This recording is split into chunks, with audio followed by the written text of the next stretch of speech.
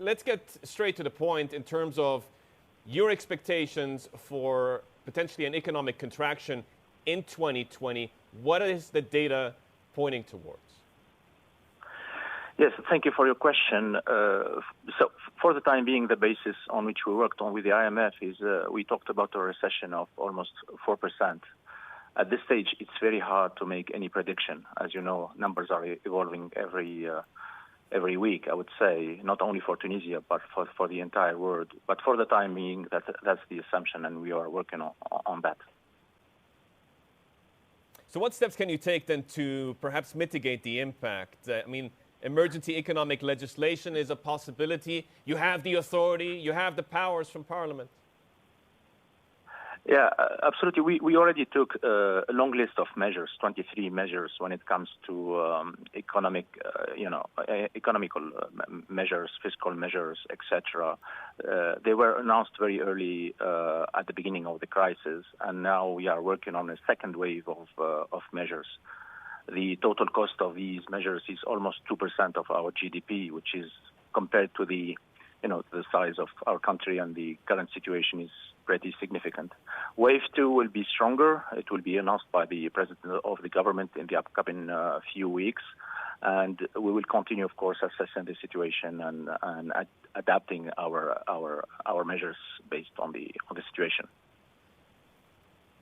The IMF granted a $745 million loan in the last couple of days. How are those funds going to be allocated specifically?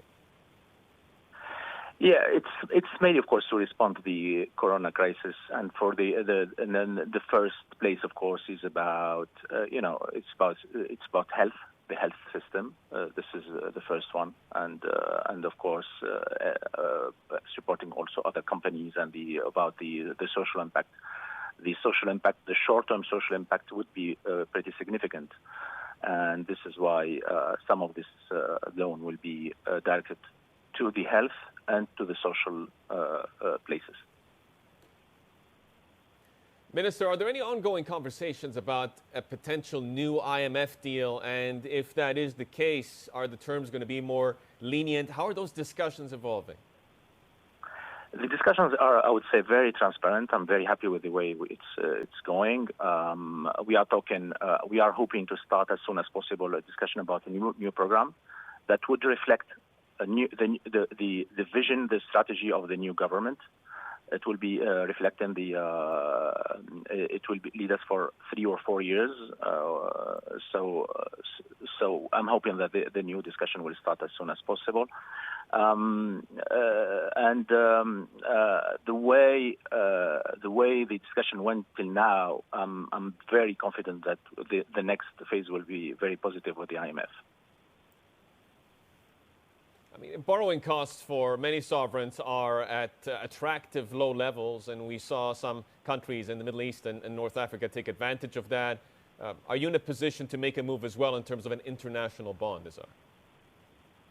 Yeah, it's of course it's one of the options. We are thinking about many others, definitely, with these bonds or with others, Tunisia needs to make structural changes, and we are fully aware of that. And we have already started doing some structural changes. We took already some measures, till now, the revolution in Tunisia happened almost a decade ago. And thanks to that revolution, we have now freedom. It's a new democracy. We have freedom of press. We have gender diversity. We have human rights. It's the benefits are there for Tunisia, and we are very, very, very happy about that.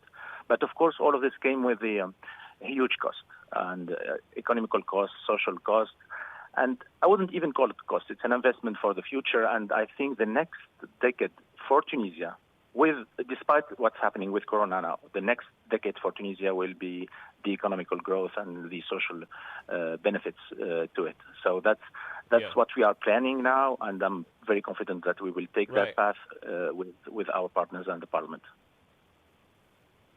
Minister, Tunisia is a very small country, but it is often in some of these much more focused sovereigns that we have an opportunity to experiment. And we saw some measures, of course, in Hong Kong and other places as well. What about a wealth tax or some other forms of extraordinary corporate taxes? Is this an inflection point for more government levies on business that's been left to run too freely for too long?